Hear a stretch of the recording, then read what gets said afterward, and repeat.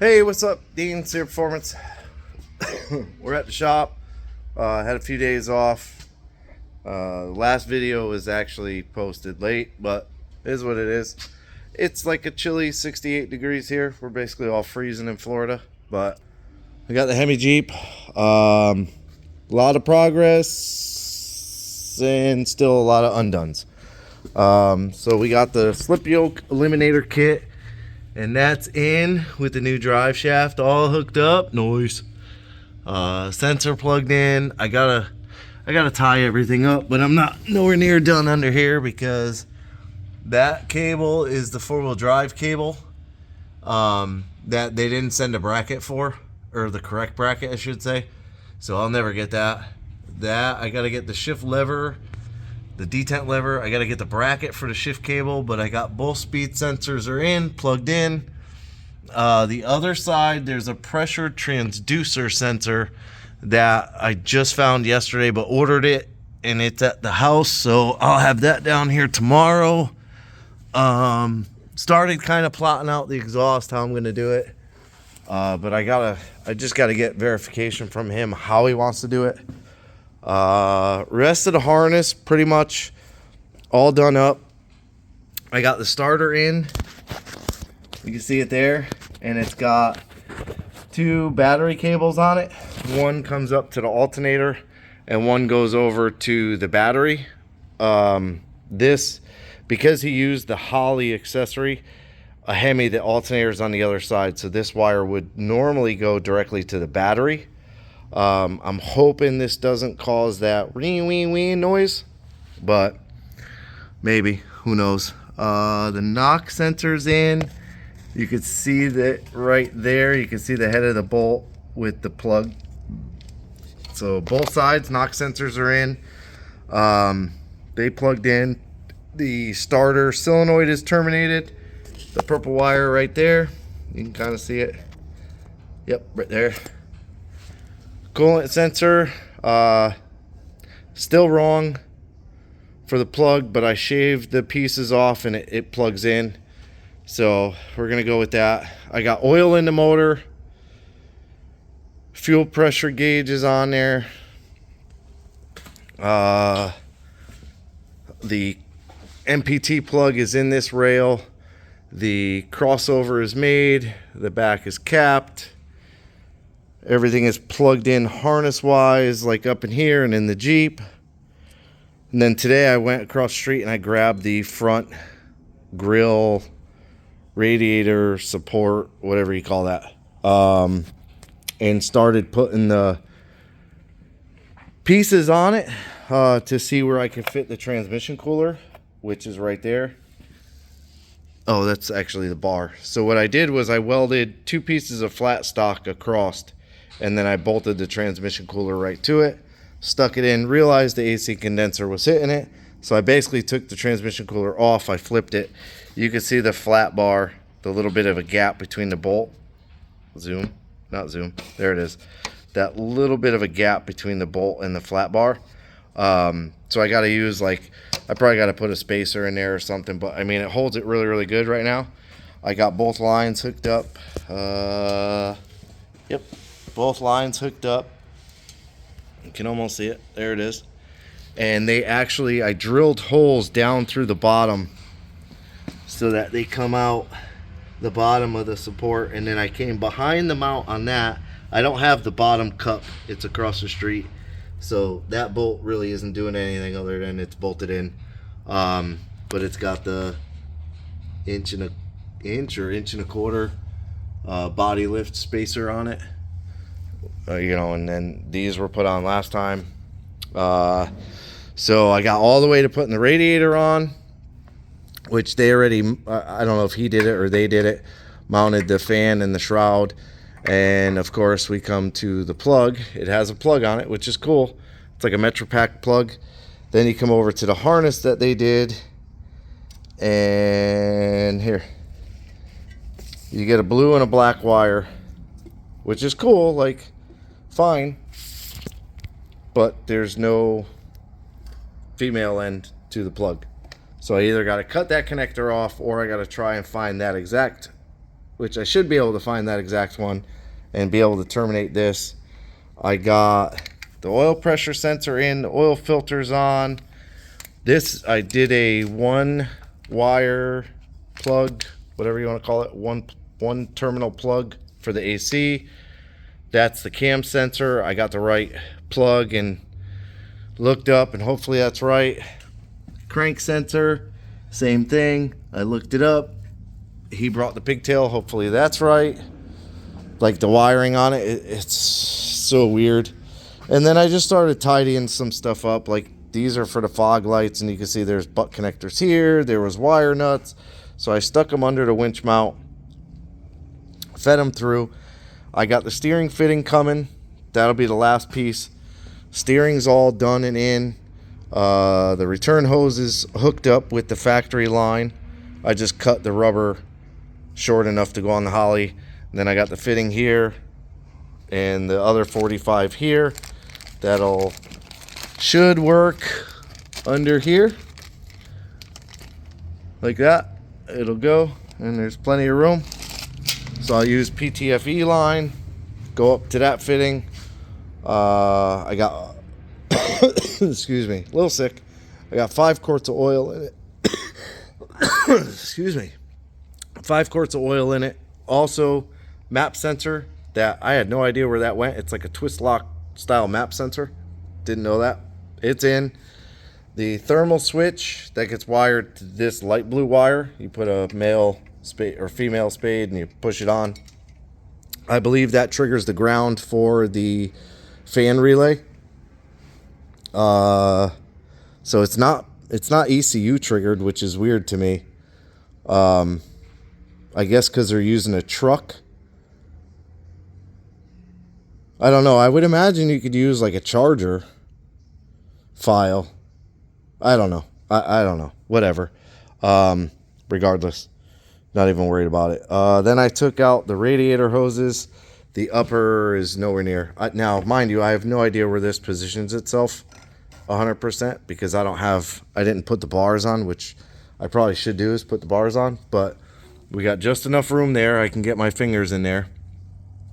Depending on if this leans back a little more, which would be nice.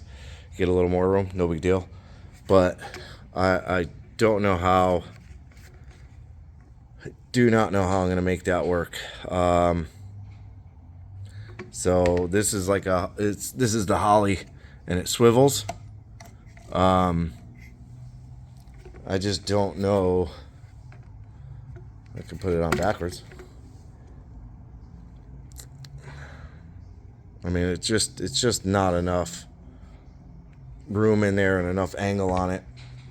So we may end up having to change this out for like a 91. Or if this is, I'd imagine this is aluminum, I might be able to weld a tube to come out and make this kind of work. If I cut it down a little bit, maybe make it work. I don't see how it runs into the belt and stuff. So I gave up on that one and came over. I finished doing all the transmission lines are hooked up, radiator, both lines. I did the coolant overflow, and then the lower hose, I basically chopped down a bunch of length off the hose they gave. It was just a 90. It's not kinked, so that's good. But this side was too big for the Holly. This side's the right size, but the hose clamps they give you, they're not the right size. You have to undo the hose clamp completely just to get it on just to be able to get the hose on the radiator, and you can't get it back together. So, you know, if it's not one thing, it's another. Again, I'll say it again, not really too concerned about it. I would never in a million years recommend Red Rock Off-Road for a swap kit. I can't get a hold of them anymore as far as the bracket for the four-wheel drive, so we ordered a new one, which I believe that's at the house. So this is, you know, this guy spent a lot of money, and now it's costing him more money to buy parts that were supposed to be in the kit that weren't in the kit, or were wrong in the kit, or whatever the case may be. And you know, is what it is. But yep. So a lot done. That's my ramble. I'm gonna have to move Jonathan's radiator forward, and in order to do that, it's like 3 inches. So I haven't done it yet. I haven't even really fully thought out how to do it yet. I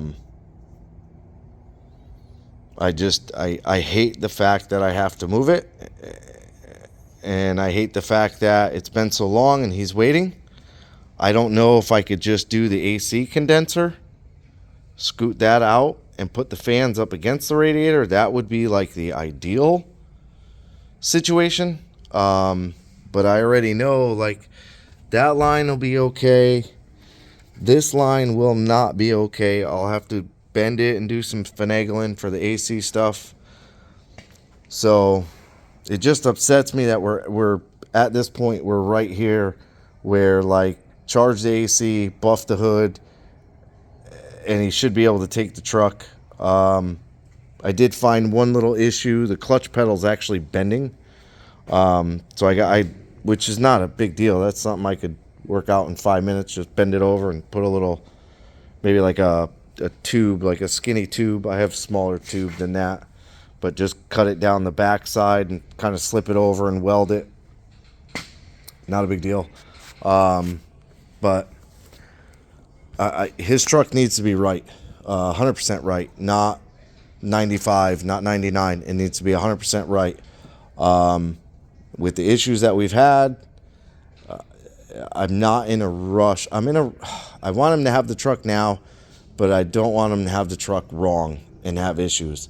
So I know it sucks, and I know it's going to take a little extra time. But if I could just focus on doing that 100%, then I know I can make it right, and maybe even change the intake a little bit. I'm not a big fan of the way it comes up. Kind of is what it is with all the stuff going on. I may even, if I do move the radiator out, I may move the upper hose to the other side. That'll also give me a little more room for the intake tube. And I know I had a thought the other night that I don't know if, see, the radiator's divided in half down there. You can see a weld, a seam right there. So I don't remember, but see, there's not one on this side.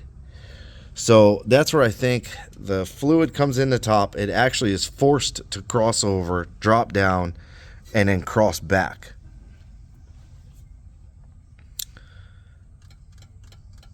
Pretty sure. So I don't know that I can put the upper hose over here. Because then it won't, whatever crosses over on the top, whatever gets pushed that way will not go down to the bottom hose. So that would be an issue. I tried adding this fan to pull because I was noticing a lot of the air was coming out this big crack up front, and it's getting a little bit of air out the sides, not much because the sides are actually sealed up pretty good, and there was some coming out the bottom. And I did find that strip there, and I stuck it up in the bottom, and I just stuck the fan in, and it slowly, I had it sitting here idling for 45-50 minutes, and it slowly goes 206, 207. It slowly goes up. I don't know that you would ever sit for that long, but I didn't drive it. So I may debate on if this does it or not. It's cold right now, so it's hard to tell. I may wire this up, just give it like a direct positive and negative, and let the truck warm up and take it out and drive it, and see if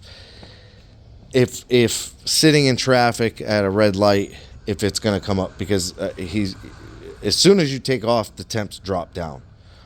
So it's definitely an airflow issue. I'm not sure how to address it at this point. Not sure if I could actually put the condenser in front of the radiator. I mean, that would look like crap, but it would allow me to push the radiator back some. I don't know yet. But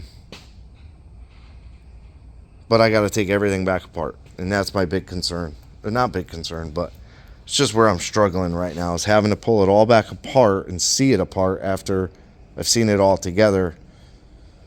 Yeah, anyways, rambling. Anyways, so yeah, we got some oxygen sensors too for when I start the exhaust. But the Jeep is very close. The AC lines, none of them work. So I don't know. There's no instruction whatsoever on how to hook up AC. So they must have a different accumulator or something, and condenser. I don't even know. I have no idea what the hell they included with all the swivel, like, female ends. Every end is a female end, so you can't hook them up except for this one, which is a push lock, which goes on to the condenser. That's fine, but it says evaporator. Well, yeah, evaporator, yeah. And then the other end says accumulator. But let me flip it. But it's a female, and the existing accumulator, actually, here's the line right here. Oh. This is the actual accumulator line, is this style. Like, it pushes in and then a nut goes on top. This actually sat like this in the Jeep originally, and now the accumulator's over here. So maybe it's something we could take this line, cut it, and flip it around. No, that won't work. Cut it here, maybe, and flip it around. That might work, because we can turn, ouch, we could turn the accumulator any way we want. This one went in this side, I believe.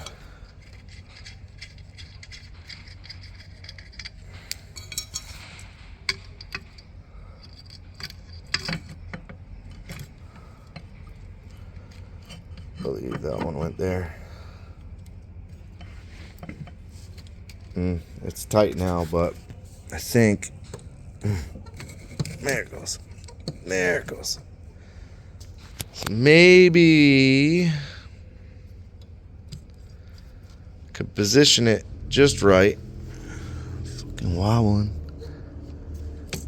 All right. Did I not tighten? No, I didn't tighten the bracket on the firewall. Okay. But maybe could position it just right. Maybe even have to cut this down a little bit, shove this back in here, and that'll be hooked up. And then I just got to worry about this side. This line here is all hooked up. I believe this one goes to here. That one goes to there. So this side goes to the compressor, and then the compressor goes to there. Not sure. Not sure, but figure it out. Appreciate you watching. Like, subscribe, hit the bell to be notified. Tomorrow will be Saturday, so today's Friday. The Nova's coming. I got a new carb, so we'll get that on there for him and get it running good, hopefully. Appreciate you watching. Like, subscribe, hit the bell to be notified. Leave me a comment. Have a good day.